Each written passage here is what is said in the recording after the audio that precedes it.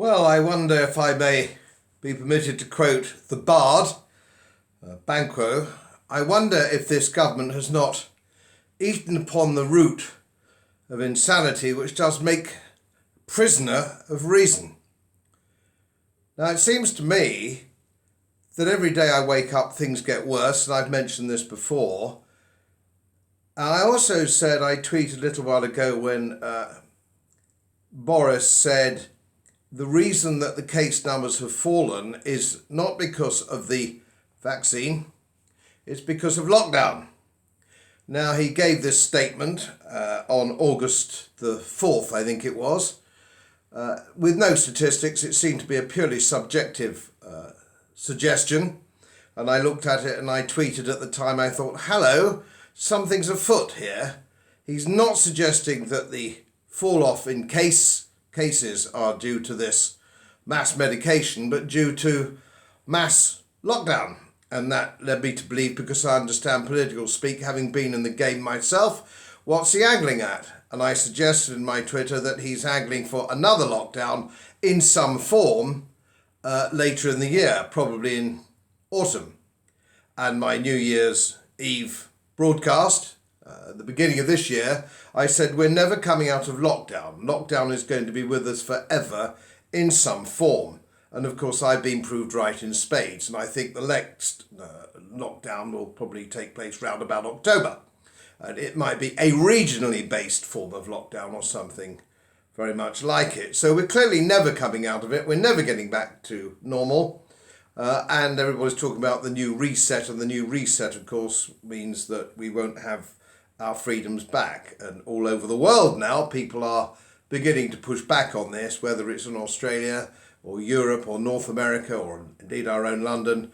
Masses of people are saying, just a minute, this has now got nothing to do with mass medication. This is a question of our freedom, and we want our freedom back. So this is really what we're dealing with. Now, I have a theory, and I've seen one of the papers has picked it up. It's something I suggested many, many months ago. I think it might have even been last year. We will never, ever get back to normal when we have two sets of people. No, I don't mean the vaccinated and the unvaccinated. I mean the people who work in the public sector and the people who work in the private sector. That is where your divide is. That is where your divide is in society today. There are people who are furloughed or fear for their jobs on the one side in the private sector, if you will, the wealth creating sector, and there are those who work in the public sector whose salary arrives every month without fail. And they're the people that administer us. There's the people who will administer this new mutated lockdown. And they start at the very top with Pat Vallance and Chris Whitty on salaries which people like you and I can only dream of. They're earning an absolute fortune. They're unsackable. They have index-linked pensions. They are God's chosen people at the moment. And let me just say this, and I've said it before and I'll say it again, I'll go on saying it, until they're in the same boat as the rest of us, this is not going to end.